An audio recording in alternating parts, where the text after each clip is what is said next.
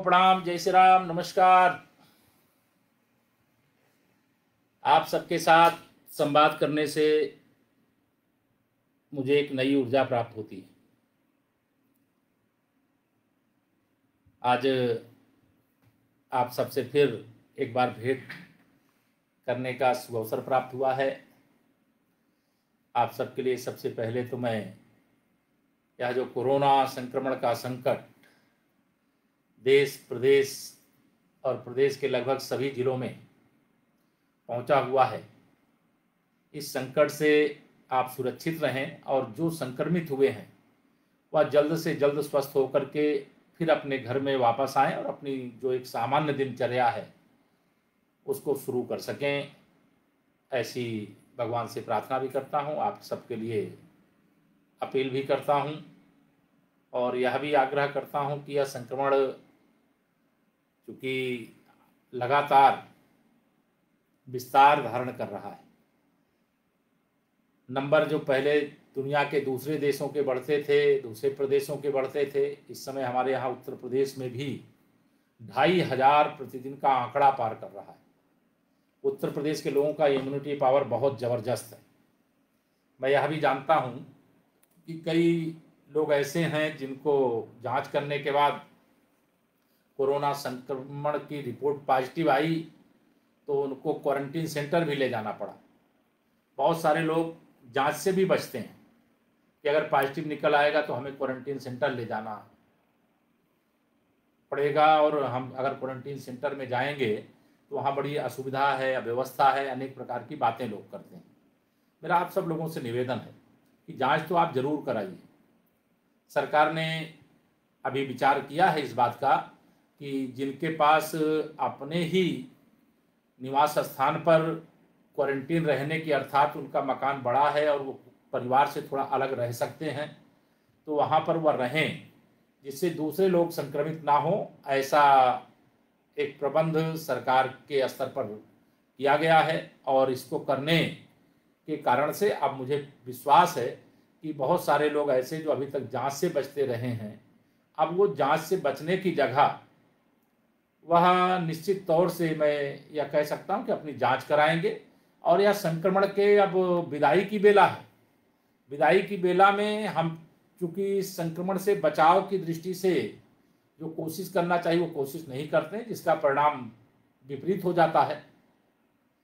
केंद्र सरकार और प्रदेश सरकार लगातार गरीब कल्याण की दृष्टि से अनेक योजनाएं बना करके कोरोना संक्रमण के समय जब लोग अपना कारोबार नहीं कर सके, लोग अपना काम जो करके जो पैसे अर्जित करते थे नहीं कर सके, जिनके घर में खाने की समस्या हो सकती थी, उन सब के लिए अनेक उपाय किए गए हैं। 20 लाख करोड़ का पैकेज या केंद्र सरकार के माध्यम से और प्रदेश सरकार ने भी अपने स्तर पर जितना भी संभव था वह कदम उठाए हैं। जैसे जो रोज कमाने रोज खाने वाले थे उनका अगर श्रम विभाग में रजिस्ट्रेशन हो गया है तो इस कोरोना संक्रमण के दौरान 1000 रुपये महीने उनके खाते में भेजने का काम भी किया जा रहा है।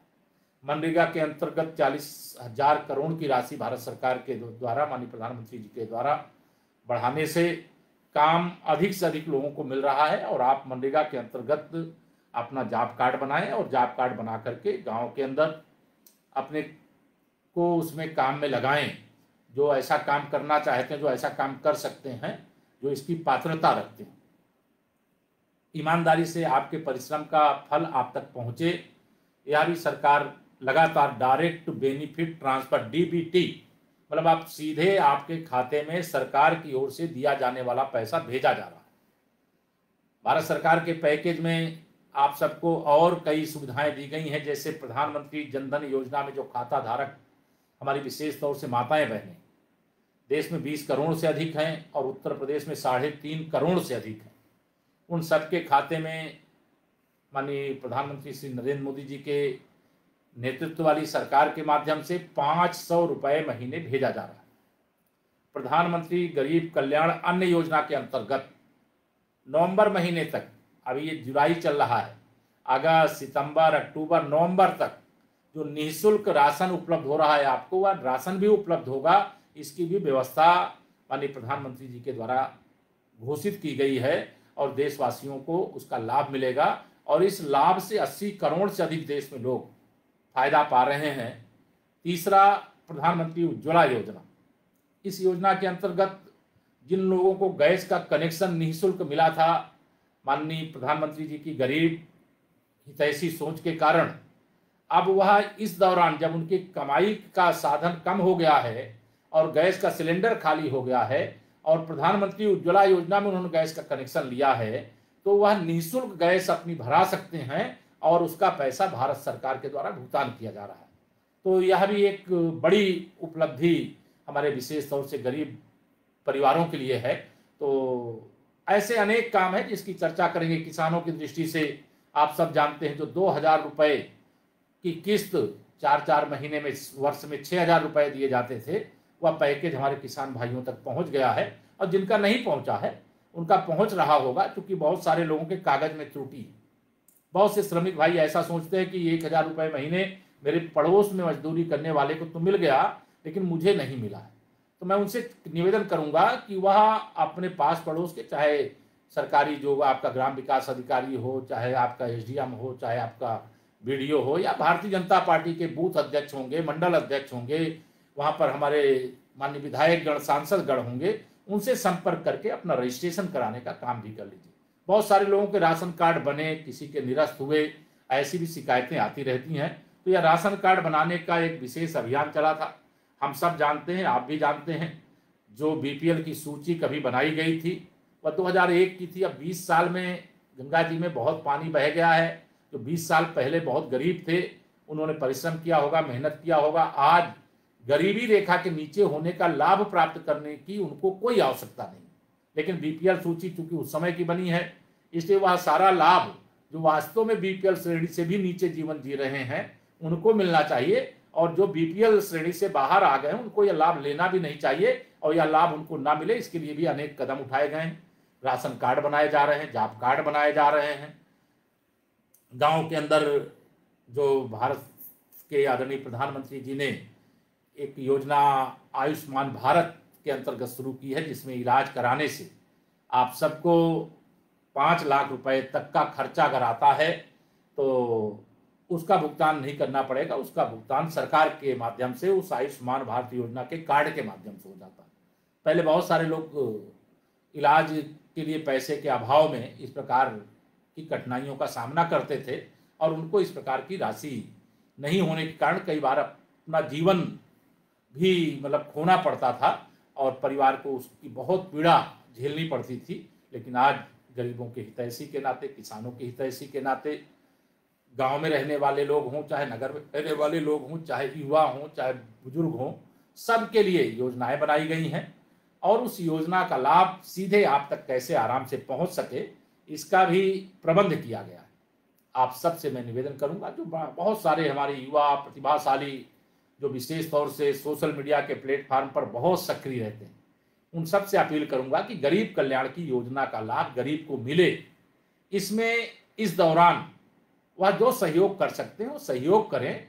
यह माननीय प्रधानमंत्री श्री नरेंद्र मोदी जी के नेतृत्व वाली केंद्र सरकार के माध्यम से और प्रदेश की भारतीय जनता पार्टी सरकार जो लगातार परिश्रम भी कर रही है और अनेक प्रकार की समस्याएं आती हैं उनके समाधान का भी प्रयास हो रहा है, वो प्रयास किया जाएगा। मैं आप सब लोगों को आज सुबह चूंकि बैठा था, मुझे लगा कि मैं इधर कई दिनों से गैप रहता था, और गैप रहने के कारण मैं अब ये मन में आता है कि आप सब लोगों से बातचीत प्रतिदिन करूं थोड़ी से। तो उसी बातचीत के क्रम में आज मैंने फिर से आप सबसे चर्चा की है, और आप सबसे चर्चा का परिणाम निश्चित तौर से अच्छा होता है। यह पिछले दिनों मैंने देखा है, लाखों लाख लोग इस लाइव के माध्यम से जुड़ते हैं, और कई लोग मैं देखता हूं कि साइड में जो अपने कमेंट बॉक्स में वो लगातार लिखते रहते हैं, उनकी कई प्रकार की समस्याएं हैं। मैं उनको ये कहना चाहता हूं इस प्रसारण के माध्यम से, लाइव संबोधन के माध्यम से, कि वो हर समस्या जो भी जिस भी प्रकार से आप लिखते हैं, और मैं देखता हूं, देख करके जो जहां पर जिसके लिए कहना है, करना है, वो कहता भी हूं, करता भी हूं, लड़ता भी हूं। लेकिन सरकार में उप मुख्यमंत्री होने के नाते जिस प्रकार से आप खुलेआम कोई बात कह सकते हैं, उस प्रकार की खुलेआम मैं आपकी बात का जवाब नहीं दे सकता, लेकिन न्याय सभी को देना, अन्याय किसी के साथ ना हो, इसका हम प्रयास कर रहे हैं और निश्चित तौर से यह प्रयास परिणामकारी होगा। विश्व का सबसे बड़ा प्रदेश है, देश का तो है ही, दुनिया में इतना बड़ा प्रदेश किसी का नहीं, दुनिया में देश भी उत्तर प्रदेश के बराबर के नहीं है, लेकिन उत्तर प्रदेश दुनिया के कई देशों से बहुत बड़ा है और कई देशों से बहुत बड़ा होने के कारण कुछ चुनौतियां हैं, कुछ समस्याएं हैं, कुछ कोविड के कारण से, कुछ न्यायालयों में मामले लंबित होने के कारण से, कुछ और भी कई कारण हैं जिसके निवारण का निरंतर प्रयास किया जाता है और वह प्रयास किया जाएगा। आप भरोसा रखिए, जिनसे भी आपको अपेक्षा है, जिस प्रकार की आपको अपेक्षा है और जो न्यायपूर्ण है, आप भरोसा रखिएगा वह निश्चित तौर से अपेक्षा के अनुसार काम भी कर रहे हैं, न्याय दिलाने की लड़ाई भी लड़ रहे हैं। और जिन लोगों ने अन्याय किया है, जो अन्यायी रूप दिखाने का काम किए हैं, अन्यायपूर्ण कार्य करने का काम किए हैं, उनको दंड दिलाने का काम भी हो रहा। लेकिन कई बार होता है, आप सबके मन में आता कि जैसा मैं बोलूं उसके हिसाब से जवाब दे दिया जाए, वह उसके हिसाब से जवाब नहीं दिया जा सकता है। कई बार श्री राम जन्मभूमि पर मंदिर निर्माण को लेकर के कई हमारे साथी सवाल ऐसे करने लगते हैं प्रश्न अपने कमेंट के माध्यम से, जिस सवाल का जवाब देना मेरे जैसे राम भक्त को निश्चित तौर से बहुत कठिन होता है। लेकिन श्री राम जी का मंदिर, राम जी का मंदिर भी है, भगवान का मंदिर भी है, लेकिन श्री राम जी का मंदिर इस राष्ट्र का मंदिर है और इस राष्ट्र के अंदर रहने वाले हर नागरिक को अपने पूर्वज, हमारे भगवान श्री राम हमारे पुरखे हैं, भगवान है, जो जिस रूप में माने, और उनके सम्मान के लिए एक बहुत लंबी लड़ाई हुई और उस लड़ाई के बाद अब वो सुदिन आया है, वो शुभ दिन आया है और वह शुभ दिन आया है, तो उसमें सब लोगों को सहभागी बनना चाहिए। कमेंट करना, केवल वैचारिक आधार पर विरोध करना, हम राष्ट्र के लिए, हम समाज के लिए, हम अपने सभी देशवासियों के लिए, क्योंकि मैं जिस पार्टी से हूं, आप सब लोग सुनते होंगे हमारे माननीय प्रधानमंत्री जी के उद्बोधन को भी, कि हम जिस पार्टी के कार्यकर्ता हैं उस पार्टी में देश सबसे पहले होता है, दल उसके बाद होता है, व्यक्ति तीसरे नंबर पर होता है। इसलिए हम देश के हित में जो भी आवश्यक काम है, वह प्रदेश के हित में जो आवश्यक काम है लगातार किए हैं और करते रहेंगे। जो काम आज 300 से अधिक सांसद वाली पार्टी बन करके देश में सरकार बना करके हम लोग कर रहे हैं, जो प्रदेश में सबसे बड़े बहुमत के साथ सरकार बनाने के बाद कर रहे हैं, विश्व की सबसे बड़ी पार्टी बन करके कर रहे हैं, वही काम जब केवल 2 सांसद हमारे लोकसभा में थे, वही काम उस समय भी करते थे। तो इसलिए ये आप सब आश्वस्त रहें, हमारे लिए देश का हित सर्वोपरि है। और जो हम 2 सांसद के समय जो मुद्दे उठाए थे, वह 300 से अधिक सांसदों के समय भी वही मुद्दे हमारे कायम हैं। विश्व की सबसे बड़ी पार्टी बनने के बाद भी वो मुद्दे कायम हैं और जो फैसले हैं उसमें वोट हमें मिलेगा कि नहीं मिलेगा, वोट को ध्यान में रख करके देश के हित के कोई फैसले नहीं किए जाते हैं।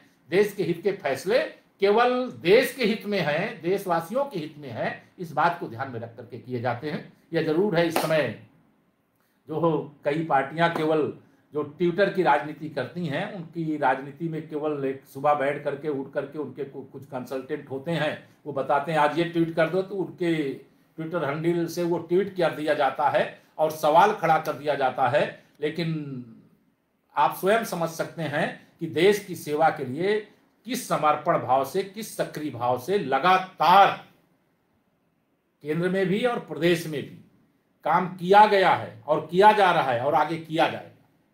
यह आप सब भरोसा रखते हैं और इस भरोसे को नापने की जो एक मशीन होती है, वह जब चुनाव होता है तो चुनाव में लोग अपने मत देकर के करते हैं और यह आप सब ने अपना आशीर्वाद, हमारे पार्टी के कार्यकर्ता बूथ बूथ पर है, भारी संख्या में है, लेकिन जब 2014 का लोकसभा चुनाव हुआ तब भी आपने अपना आशीर्वाद दिया और 73 सांसद यूपी से जीत करके गए। तब विश्व का सबसे शक्तिशाली नेता, भारत के प्रधानमंत्री के रूप में हमें श्री नरेंद्र मोदी जी प्राप्त होते हैं। जब 2017 का विधानसभा चुनाव हुआ तो अप्रत्याशित, विरोधी समझ ही नहीं पाते कि इतना बड़ा बहुमत कहां से मिल गया। लेकिन मैं जानता हूं आप अच्छा कौन है, बुरा कौन है, किसको सत्ता सौंपनी चाहिए, किसको विपक्ष की जिम्मेदारी देनी चाहिए, यह आपका निर्णय है। इस देश में लोकतंत्र की यही ताकत है कि देश के राष्ट्रपति जी का, देश के प्रधानमंत्री जी का, प्रदेश के राज्यपाल जी का, प्रदेश के मुख्यमंत्री जी का, या कोई किसी पद पर हो, जितनी कीमत उसके वोट की होती है उतनी ही कीमत जो गांव में एक छोटे से घर में झोपड़ी में भी रह करके जीवन यापन करता है, भारत के संविधान ने हमको वही शक्ति दी है कि वोट की कीमत किसी की भी इस देश में कम नहीं है। तो आप उसका फैसला सुनाते हैं और उस फैसले को सुनने के बाद भी कई लोगों को आप समझाते हैं फैसला दे करके, लेकिन उसके बाद भी कई लोग नहीं समझते। लेकिन मुझे पूरा विश्वास है कि जो नहीं समझते हैं आप उनको 2022 में फिर समझा देंगे, ऐसा मेरा भरोसा है और विश्वास है। और ट्विटर की राजनीति करने वालों से मैं इतना ही कहूंगा कि जमीनी हकीकत को समझें और जमीनी स्तर पर राजनीति करें। और जो भी कहीं पर भी कोई समस्या है, जो आपको लगता है कि यहाँ सरकार को यह काम करना चाहिए, आप चाहे विपक्ष में हो, चाहे आप वैचारिक दृष्टि से समर्थक हों या साधारण केवल नागरिक हों, तो भी आप अपना सुझाव देंगे और उसका विचार करके जो उचित होगा उसमें जरूर से जरूर किया जाता है और किया जाएगा। यह आश्वासन देते हुए आप सबको आज एक बार फिर से मैं बातचीत करने के लिए आया। आप सबको प्रणाम करता हूं, आप सबको नमस्कार करता हूं और आप सबसे प्रतिदिन अब प्रयास करूंगा कि इसी प्रकार से मैं मिलूं और आप सबका आशीर्वाद लूं। और प्रदेश की जो स्थिति है, वैसे आंकड़े मेरे पास प्रतिदिन के रहते हैं। आज देश के अंदर जब हम देखते हैं आंकड़े, वह अब बढ़ते चले जा रहे हैं। 13 लाख का आंकड़ा देश में पार हो गया है। अब ये 13 लाख में ये मत समझना कि 13 लाख के 13 लाख सब के सब बीमार पड़े हैं। इसमें से एक बड़ी संख्या है जो लगभग 8 लाख से ज्यादा जो संक्रमित हुए थे, जिनका इलाज हुआ, वो स्वस्थ होकर के अपने घर चले गए। तो वह 5 लाख के अंदर ही अब संख्या है।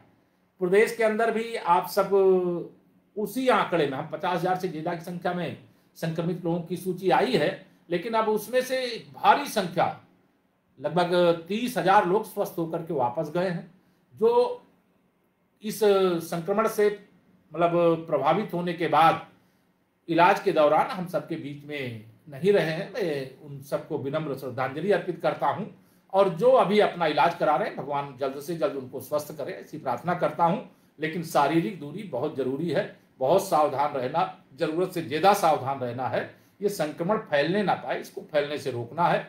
कई लोगों के अंदर संक्रमण दिखाई नहीं देता, उनको लगता है एकदम स्वस्थ हैं, प्रसन्न हैं। और आप भी सब एक दूसरे से ऐसे मतलब मिलते हैं, कई बार मैं देखता रहता हूं, वैसा मिलना गलत नहीं है। हमारे सब अपने लोग हैं और मन होता है मैं भी सबके साथ कंधे से कंधे मिला करके चलूं, बैठूं, बोलूं। और सब लोग चाहते हैं जैसे पहले एक दूसरे से हम लोग मिलते रहे। लेकिन इस समय जब संक्रमण है, उस समय एक मर्यादा तय की गई, एक प्रोटोकॉल तय किया गया है, एक सीमा रेखा तय की गई है कि उस सीमा रेखा में रह करके ही हम इस समय जीवन जिए, तो यह संक्रमण आगे नहीं बढ़ेगा। क्योंकि यह संक्रमण एक व्यक्ति से दूसरे व्यक्ति के अंदर जाने में जो समय लेता है, वो समय को लेने से रोकने की ताकत हम सब देशवासियों और प्रदेशवासियों के अंदर है। क्योंकि और भी देश के अंदर कई प्रकार की चुनौतियां जिनसे आप अवगत हैं। हमें एक तरफ चीन के द्वारा जो चुनौती खड़ी की गई थी, जिसमें हमारे भारत के वीर बांकुरों ने मुंह तोड़ जवाब देने का काम किया, और हमारे आदरणीय प्रधानमंत्री माननीय नरेंद्र मोदी जी के नेतृत्व में, आप सब जानते हैं 3 मोर्चे मुख्य रूप से होते हैं किसी भी देश से जब संघर्ष होता है। एक सामरिक मोर्चा होता है, एक आर्थिक मोर्चा होता है, एक कूटनीतिक मोर्चा होता है। लेकिन आपको इस बात का गर्व होना चाहिए कि देश के आदरणीय प्रधानमंत्री माननीय श्री नरेंद्र मोदी जी का नेतृत्व जब से इस हिंदुस्तान को मिला है, भारत माँ अपने नरेंद्र मोदी जी के नेतृत्व में गौरवान्वित हो रही हैं कि आज चीन जैसा जो विश्व का अपने को दादा समझने लगा था, आज चीन सामरिक मोर्चे पे, आर्थिक मोर्चे पे और कूटनीतिक मोर्चे पे चारों तरफ घिर चुका है। उसके साथ कौन बचा है? तो केवल पाकिस्तान बचा। आप यह कूटनीतिक दृष्टि से हिंदुस्तान की ऐतिहासिक सफलता मानी, और इस सफलता से बहुत सारे विरोधी जो हैं उनको दर्द भी होता है, बहुत दर्द होता है कि इतना सफल क्यों हो रहे हैं नरेंद्र मोदी जी। अरे देश की 130 करोड़ से अधिक जनता का आशीर्वाद जिस नेता को दिल से मिल रहा होगा, वह तो सफल होंगे ही, और वह अपने सफलता के शिखर की ओर निरंतर बढ़ते जा रहे हैं।